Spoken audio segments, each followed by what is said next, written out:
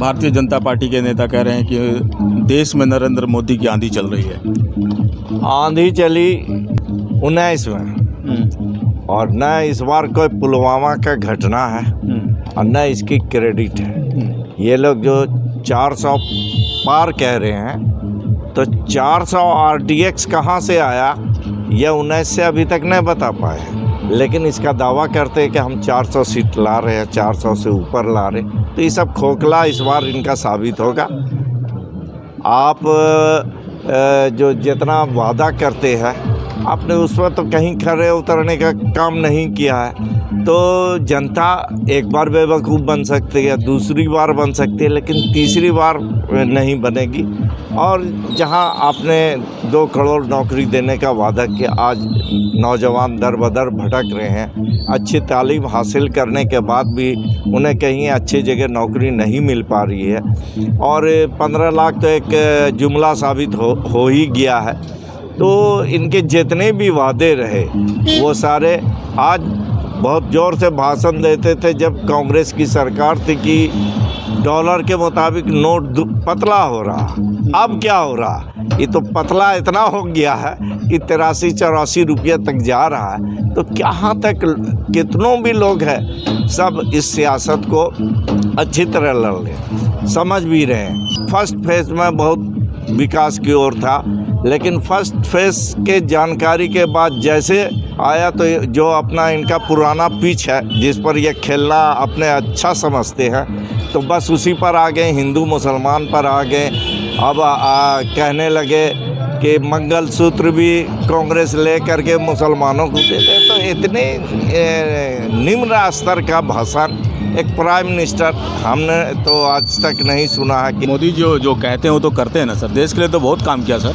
क्या काम किया है आप बता सकते हैं, क्या काम किया? ये सब हवाई है। जितने जगह की पूरी दुनिया में डंका बज रहा है तो डंका बजा रहा तो चाइना को क्यों नहीं समझाते कि इतना आपके ज़मीन पर कब्ज़ा करके बैठा हुआ है। तो ये सब समझने की बातें हैं और लोग समझ रहे हैं। ऐसा नहीं है कि जनता यहाँ की बेवकूफ़ है, सारी बात को इनको मौका दिया था, इनसे पूरी उम्मीद थी कि ये देश की दशा और दिशा को बदलेंगे, लेकिन दशा और दिशा और ख़राब करते गए। जिनको भी गैस का ये दिया वो दूसरे बार भराने के काबिल नहीं रहा। जहाँ 450 रुपया रेट था गैस का, वो 1100-1200 पर चला गया।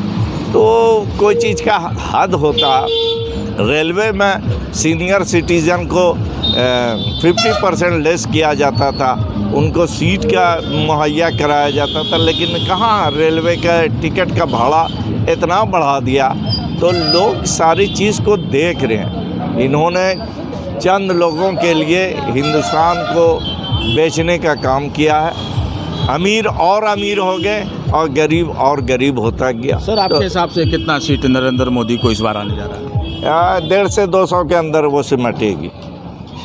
ये तो राजद वाले सब ऐसे ही बोलते हैं। राजद वाले ही तो 4 तारीख बताएगा, 4 जून को आप देखिएगा। उसके बाद जो बोल रहे हैं शायद हर जगह इनका खेल उल्टा पड़ रहा। जितने भी इन्होंने इस पिच पर अपने पिच पर खेलने का प्रयास किया, इस पिच पर भी उनकी बैटिंग अच्छी नहीं हो पा रही है। तो हम समझते हैं कि जनता बहुत जागरूक है और समझ रही है इस बात को कि कितना हिंदू मुस्लिम। और आप डेवलपमेंट की बात कीजिए, नौकरी की बात कीजिए, शांति व्यवस्था बनाए रखने के बाद, लेकिन आप तो वही एक पुराना जो 14 से चला आ रहा है तो वही काम कर रहे हैं। तो लोग इस बात को समझ रहे कि कितना दिन इस पिच पर खेलिएगा।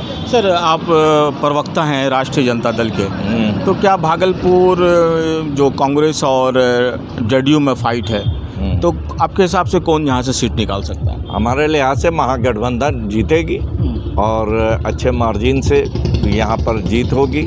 और महागठबंधन का यहाँ ही नहीं बल्कि उस फेज़ में जितने भी इलेक्शन हुए हैं हम समझते हैं कि सारी जगह महागठबंधन की जीत होगी। सर उज्ज्वला रमन्ना को आप तो जानते होंगे, उनका बड़ा वायरल हुआ है।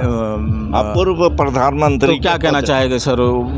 मतलब राहुल गांधी कहते हैं मास रेप उन्होंने किया है। इन लोग को तो डायरेक्ट फांसी का सज़ा होना चाहिए। और पॉस्को एक्ट भी लगना चाहिए इन लोग पर, लेकिन इन लोगों को बचाया जाता है। तो अब बचने वाले ऐसे नहीं हैं, जो भी ऐसे कर्म करेंगे उनको सज़ा मिलेगी।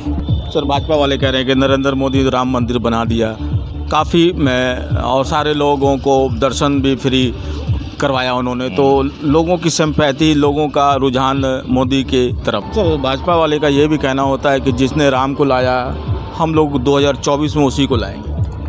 अरे राम आ जाए हैं, कहाँ पर बुद्धि है, विवेक काम कर रहा। राम जी त्रेता युग के हैं और यज्ञ लाने वाले कौन होते हैं? तो समझने की बात है। इस तो राम के नाम पर ये लोग खेल खेल रहे हैं, और हम समझते हैं कि राम जी भी जहाँ होंगे तो बड़ा अफसोस करते होंगे कि मेरे नाम पर दुरुपयोग, मेरे नाम पर मारपीट।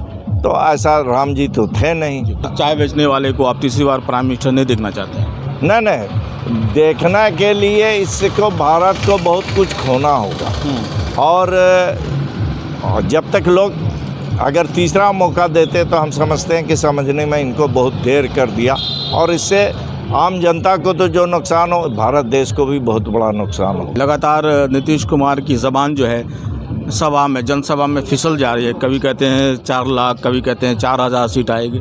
तो क्या सर, क्या मतलब इंडिकेशन हो रहा है? हम समझते हैं उम्र का तकाजा है कि एक अच्छा खासा एज हो चुका है, और इसमें ज़बान पाँव सब लड़खड़ा जाता है।